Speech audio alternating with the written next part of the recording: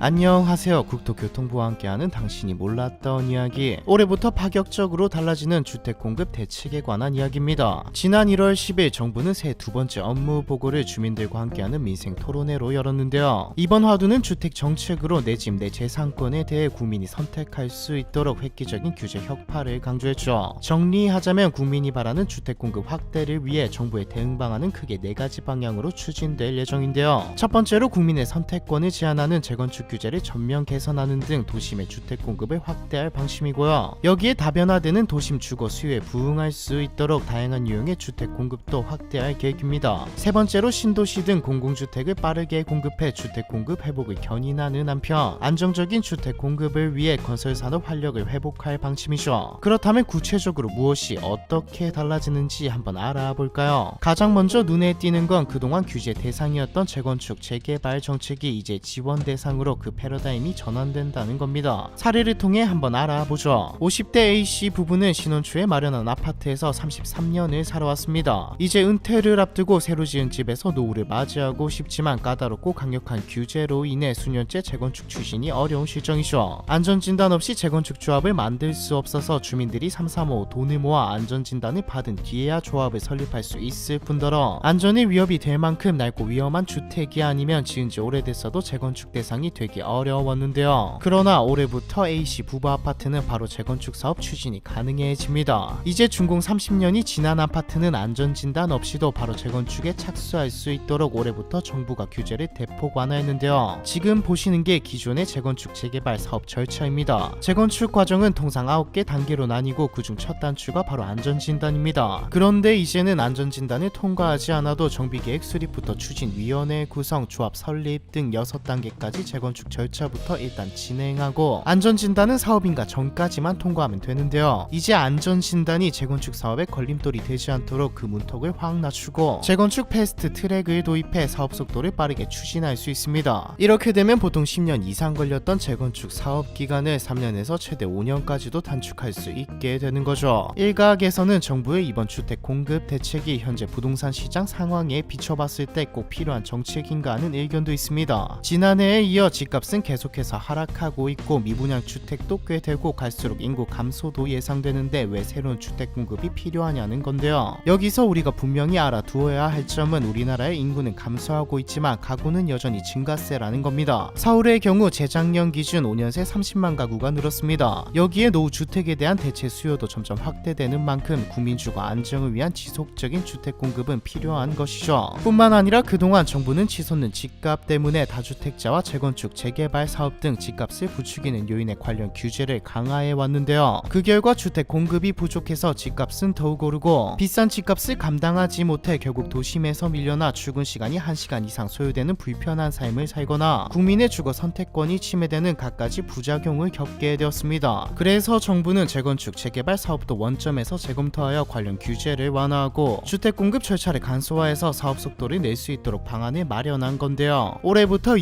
2027년까지 기존 대비 3배 이상인 95만 호를 재건축 재개발 사업의 착수 목표 물량으로 정하고 추진 계획을 발표했죠. 가능하냐고요? 아파트 건설이 급증했던 90년대 준공 아파트들의 재건축 착수가 훨씬 빨라진 만큼 그 물량은 대폭 증가할 것으로 보이고요. 아울러 도시정비법 개정으로 역세권 내 용적률 상향과 통합심의 의무화 등 사업성 개선 제도도 최근 시행된 만큼 이번 발표 대책과 어느 정도 시너지 효과도 기대됩니다. 한편 재건축 재개발 정비에 이어 도심의 주택 공급 확대 사업의 1기 신도시 정비 또한 중요한 사안이죠. 통상적으로 정비 계획 수립 후 착공까지 꽤 오랜 시간이 소요됐기 때문인데요. 우선 임기 내 1기 신도시 착공이 현실적으로 가능하냐는 질문에 올해 안에 선도 지구를 지정하고 내년에 특별 정비 계획을 수립하면 임기 내 착공은 가능할 것으로 전망됩니다. 1기 신도시는 그동안 지역별 MP를 통해서 대부분 단지의 주민 의견을 수렴했고요. 단지별 추진 준비위원회도 여러 개 운영 중인 만큼 재건축을 위한 주민 동의는 계획대로 원활히 이루어질 것으로 보입니다. 또한 도시 건축 규제도 완화됩니다. 세대수 제한 폐지 법률 개정을 위해 국회와 협의 중이고 그리고 그간 오피스텔에 금지됐던 발코니도 전면 허용되죠. 그 밖에 방 설치 제한을 폐지하고 주차장 기준과 입지 규제 완화로 아파트보다 선호도가 낮은 주택들의 공급 여건을 개선해 1인 가구 등 다양한 주택 수요를 충족시킬 예정인데요. 정부는 이와 함께 올해 수도권을 중심으로 공공택지 2만 호를 추가 발굴하고 공공주택은 14만 호 이상을 공급 공급할 계획이라고 밝혔죠. 이로써 도심 내에 쾌적한 주거 환경을 갖춘 소형주택이 탄생할 수 있는 최상의 여건이 마련되는 겁니다. 이제 상업지역에서도 주택 100%로 구성되는 단위 공동주택이 허용되고요. 지금까지 상업지역은 업무 편익 증진을 목적으로 주택 단일용도의 건물 입지를 제한해왔지만 올해부터 상업지역에서 단위 공동주택이 허용된다면 빠르게 공급이 가능한 도시형 생활주택이 대중교통과 같이 접근성이 좋고 기반시설이 풍부한 중심 상업지역에 들어설 수 있게 되죠. 저와 같은 청년들에겐 그 무엇보다 반가운 소식이 아닐 수 없습니다. 한국의 주거 불안 문제는 과거부터 쭉 이어져 오던 문제이자 현재는 국가적 최우선 과제인 저출산 문제, 인구 감소, 지방 소멸과도 밀접하게 연관돼 있습니다. 앞으로 생애 주기와 소득 수준, 가구 특성에 따라 선택할 수 있는 주택, 한마디로 내게 맞는 주택이 많이 공급되고 원하는 곳 원하는 집에 살 수 있도록 다양한 주택이 공급되었으면 좋겠습니다. 2024년 새롭게 추진되는 부동산 정책으로 더 안정적인 삶을 기대하며 국토교통부와 함께한 당신이 몰랐던 이야기, 이번 편은 여기까지입니다. 감사합니다.